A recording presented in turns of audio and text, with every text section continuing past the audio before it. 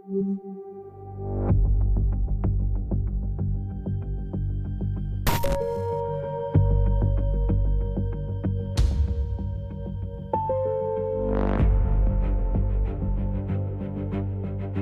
해가지고 그 정리했던 것 같은데 한 명이 교발하라고 그러다 사람 죽는 줄 경찰은 계속 때렸죠.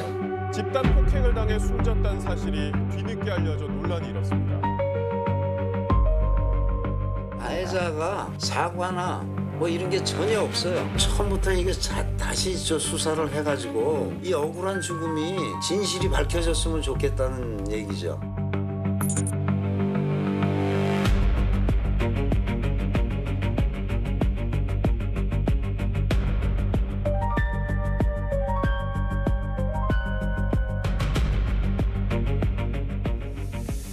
네, 요즘 이 기사 보시면서 아마 많은 분들이 고개를 갸웃하시고 도대체 어떻게 이런 일이 가능했을까 생각하실 것 같습니다. 지난해 11월 장기 기증을 하고 세상을 떠난 고 김창민 영화 감독의 죽음과 관련해서 새롭게 드러나고 있는 사실들이 많이 있습니다. 두 분과 함께 자세한 내용 여러분께 전해드리겠습니다. 백규종 공인탐정연구원장 그리고 SBS의 우상우 논설위원 나와 있습니다. 어서 오십시오. 네, 안녕하세요. 백규종 원장님 오랜만에 뵙습니다. 네, 오랜만에 뵙겠습니다. 자, 우상우 위원. 네. 자, 이 사안이 지난해 말에 있었던 네. 그 김창민 감독이 세상을 떠는 게 지난해 말이었는데 갑자기 지금 이 시점에서 다시 이렇게 기사가 되고 그러는 이유가 뭡니까? 네. 그 고 김창민 영화 감독은 지난해 11월 네 명한테 장기 기증을 네. 하고 죽음을 맞이했는데요. 저도 그때 그 기사 봤습니다. 예. 네. 그런데 그 이후에 이 김창민 감독이 집단 폭행 끝에 숨졌다 이런 예. 사실이 언론을 통해서 이제 불거지면서 다시 이제 회자가 되기 시작했습니다. 근데 당시에 그 화면을 보면은요. 예.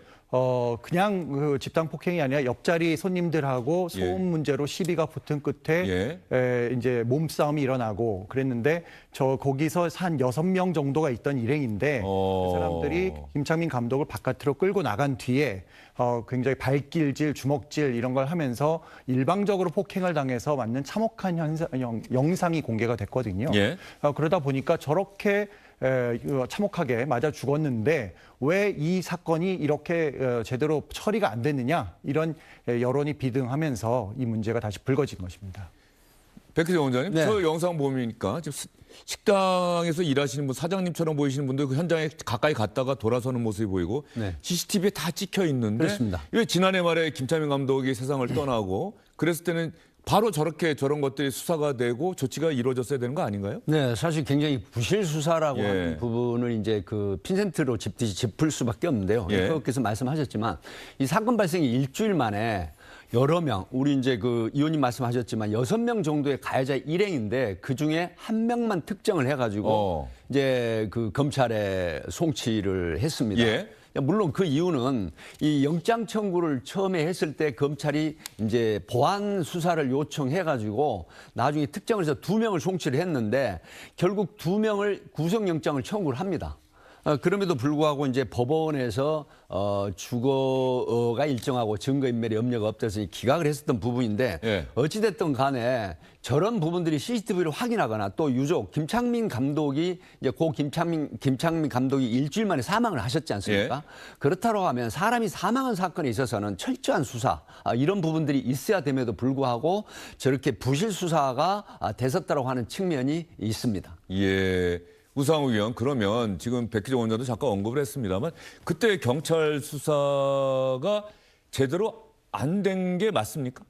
그러니까 이미 백 원장께서 말씀했지만 그 당시에 6명의 일행이 있었는데 그중에 경찰이 넘긴 사람은 한 명뿐이었다는 그러니까요. 거죠. 예. 근데 당시에 이제 주로 때린 사람은 한 명이었지만 끌어안고 잡아 끌고 했던 여러 사람들이 있었단 말입니다. 그러다 보니까 검찰이 야 이렇게 여러 사람이 같이 공동으로 한 일인데 어떻게 한 명밖에 안 오냐 해서 보안 수사를 요청했던 것이고요. 예. 그렇게 해서 조사를 해보니 그래서 경찰이 나중에 4개월 뒤에 한 명을 더 특정해서 2명을 이제 영장 청구를 했던 건 신청을 했는데 예. 그것마저 기각당하고 당시에 그러면 왜 처음에 한 명이었는데 됐는데 나중에 조사를 해보면 2명이 됐냐. 이거 자체가 벌써 경찰이 그 당시에 수사가 미진했던 거 아니냐. 이런 의심을 살 만한 충분한 정황이 될 수 있고요. 예. 그다음에 말씀하신 대로 사망 사건인데도 불구하고 그 모든 사람들이 신병을 제대로 확보하지도 못한 채 불구속으로 넘어왔다. 이런 것 자체가 일반인들의 법 상식과는 너무 어긋나기 때문에 이 문제가 자꾸 문제가 된 거죠. 어쨌든 간에 이건 사람이 세상을 떠난 사건이잖아요. 그렇습니다. 그러면 법원에서 만약에 수사기관이 영장을 신청해서 검찰이 청구를 하는데 이런 뭐 일종의 어떻게 보면 상해치사, 어떻게 보면 살인 사건이 될 수도 있는 건데 이런 경우에도 법원이 영장을 발부하지 않는 경우가 많이 있습니까? 저는 사실은 예, 법원의 결정도 좀 이해가 좀 안 되는 측면이 네. 있는 것 같아요. 예, 거기서 이제 말씀하셨지만 사실상 제가 이제 현직의 수사 파트장을 오래 했지 않습니까? 굉장히 이례적인 내용입니다. 예를 들어 상해치사나 폭행치사에 사람의 생명이 잃은 사건이잖아요. 그렇다고 하면 그 가해자가 분명히 1명이 됐든 2명이 됐든 영장 청구를 했을 때 경찰이 신청을 하고 그다음에 검찰이 청구를 했지 않습니까? 그렇다고 하면 수사기관에서 상당히 증거가 확보된 상태이고 그 범죄의 잔인성 또 어떤 위험성 그다음에 가벌성 이런 것들이 있거든요. 그렇다고 하면 남양주 지원에서는 이 영장을 발부를 해야 되는 게 당연합니다. 왜 그러냐면 경찰이나 검찰의 수사가 조금 미진하다고 하더라도 분명히 한 사람의 생명을 잃은 그런 굉장히 중한 사건이거든요. 그런데 천편일률적으로 주거가 일정하고 그다음에 도주의 의뢰가 없다. 증거인멸의 우려가 없다. 라고 하는 이유를 들어서 영장을 기각하는 바람에 결국은 불구속 송치하면서 몇 개월간 무려 6, 7개월간을 이 가해자는 떳떳이 돌아다니고 피해자는 오히려 그 가해자들 눈치를 보면서 피해 다니하는 이런 현실이 결국은 수사 부실도 있지만 법원에서 관련한 사건 해가지고 생명을 잃은 사건에 주거가 일정하고 증거인멸의 우려가 없다라고 하는 그러니까요. 예. 그런 입장으로 영장을 기각한다고 하는 부분은 경찰과 검찰의 수사를 굉장히 곤혹하게 만드는 내용이다 이렇게 봅니다. 조금 전에 두 분과 이야기를 나누는 사이에 영상이 잠깐 나가는데 그 가해자로 지목된 그 한 사람, 네네. 그 주범으로 경찰에서 아마 지목했던 사람인 것 같은데 그 유족들에게 사과드리고 싶은데 진심으로 사과드린다. 그런데 연락할 방법이 없어서 네. 뭐 이렇게라도 얘기한다. 저 사죄의 뜻이 가족에게 전달이 됐을까요? 저렇게 사과하는 경우도 있는지 모르겠습니다. 네, 최근에 이제 한 언론과 인터뷰를 통해서 나온 내용인데요. 30대 이모 씨입니다. 이제 처음에 특정됐던 그 사람인데요. 이 사람이 김 감독과 유족들한테 자기가 죽을 죄를 졌다는 걸 안다.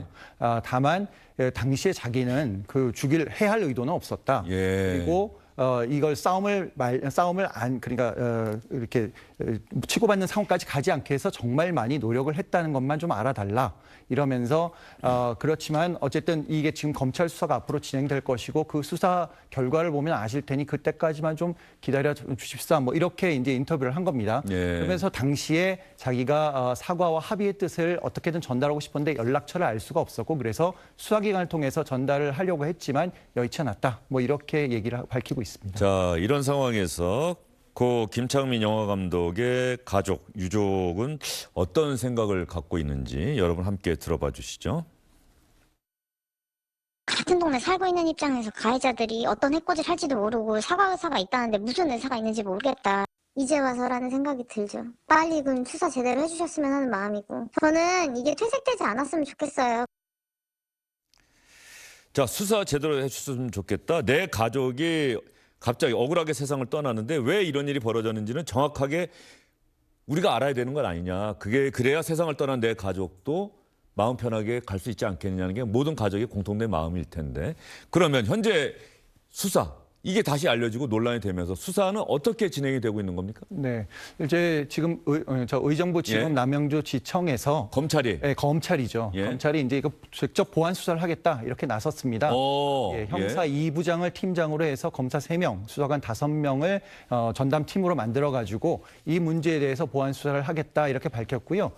정성호 법무장관도 SNS를 통해서 이번 문제에 대해서는 보안 수사를 엄정히 하겠다 이런 입장을 밝혔는데요. 유족들은 폭행 당시 CCTV에 가해자 일행이 최소 6명 등장하는데도 단 1명만 피의자로 송치되는 등 초동 수사 미진을 지적하고 있다. 이렇게 당연히 그렇죠. 지적하고요.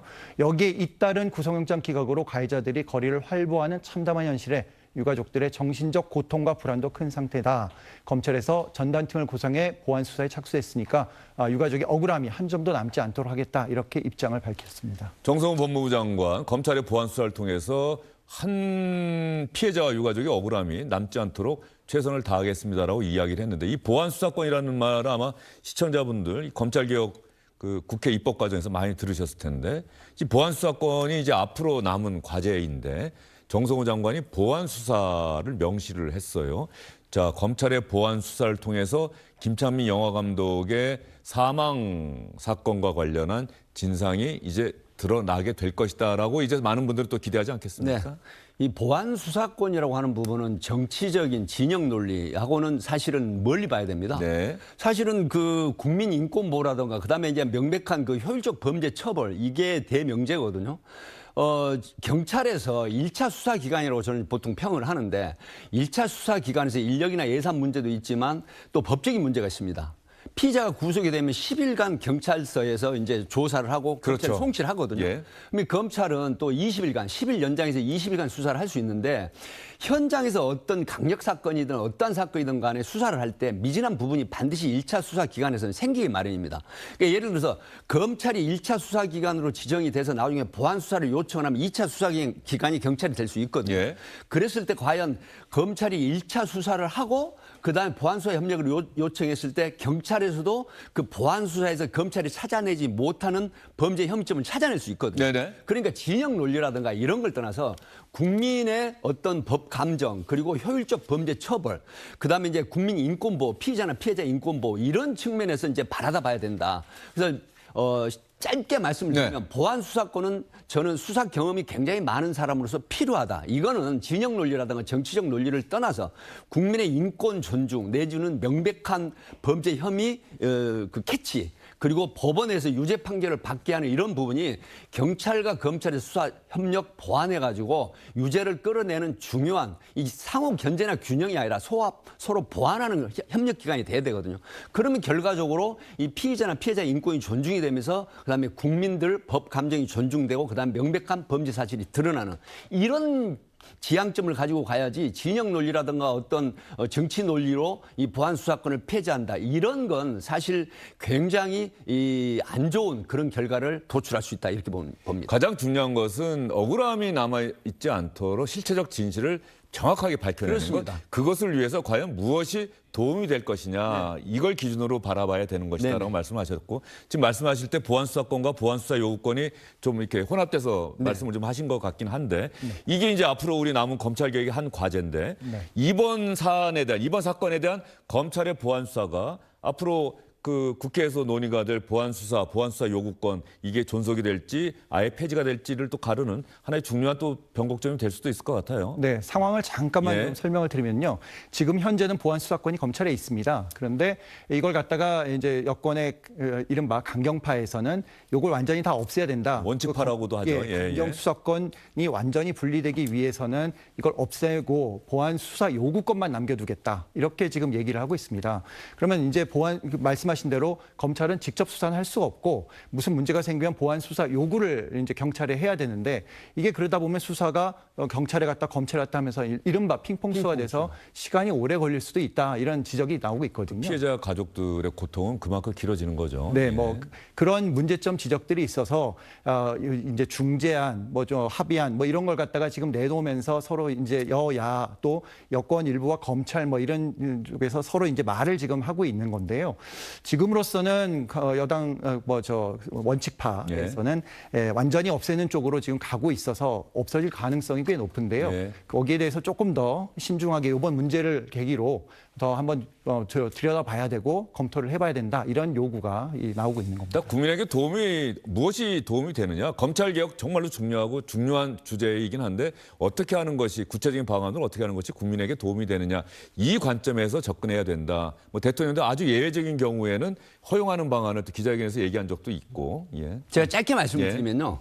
이제 그 범죄 종류, 소위 말하면 강력범죄라든가 지능범죄라든가 여러 가지 범죄가 있거든요. 네. 그렇다고 하면 보안수사권, 보안수사 요구권 이 부분이 어떻게 돼야 되냐면 법을 개정을 하더라도 어떤 범죄 혐의에 대한 그런 부분들에 대해서 범죄 종류별로 나눠서 어떤 범죄는 보안 수사나 보안 수사 요구권을 배제를 하더라도 정말 민생, 국민들이나 피해자가 정말 심각한 타격을 입거나 큰 피해가 크다라고 하는 이런 부분들을 부류로 종류별로 나눠서 보안 수사 요구권을 주고 또 다른 범죄는 뭐 정치적인 문제라든가 여러 가지 사회적인 이슈에서 멀어지는 그런 실질적으로 이 법 제도에서 볼 때 그렇게 중하지 않다고 여기는 그런 범죄는 보안 수사 요구권이나 이 보안 수사권을 폐지하는 방법도 좋은 방법이거든요. 그렇기 때문에 이 경찰과 검찰의 어떤 기관끼리의 힘 겨루기 이런 것보다는 어떤 게 피해자나 피의자 인권 그리고 국민들에게 도움을 주는지 이 부분을 정치권에서 보완해가지고 좀 견제와 균형을 떠나서 국민들에게 실질적인 혜택이 가는 그런 걸 만들어내는 게 어떨까 싶습니다. 알겠습니다. 고 김창민 영화 감독의 유족들은 철저한 수사, 이제 검찰이 보안 수사하겠다고 나섰거든요. 철저한 수사를 통해서 한 점의 억울함이 남지 않도록 해줬으면 좋겠고 가해자들이 응당한 처벌을 받았으면 좋겠다는 뜻을 밝혔다. 그것을 위해서 검찰이 보안 수사에 나섰다. 여기까지만 말씀드리도록 하겠습니다. 두 분 말씀 잘 들었습니다. 수고 많으셨어요.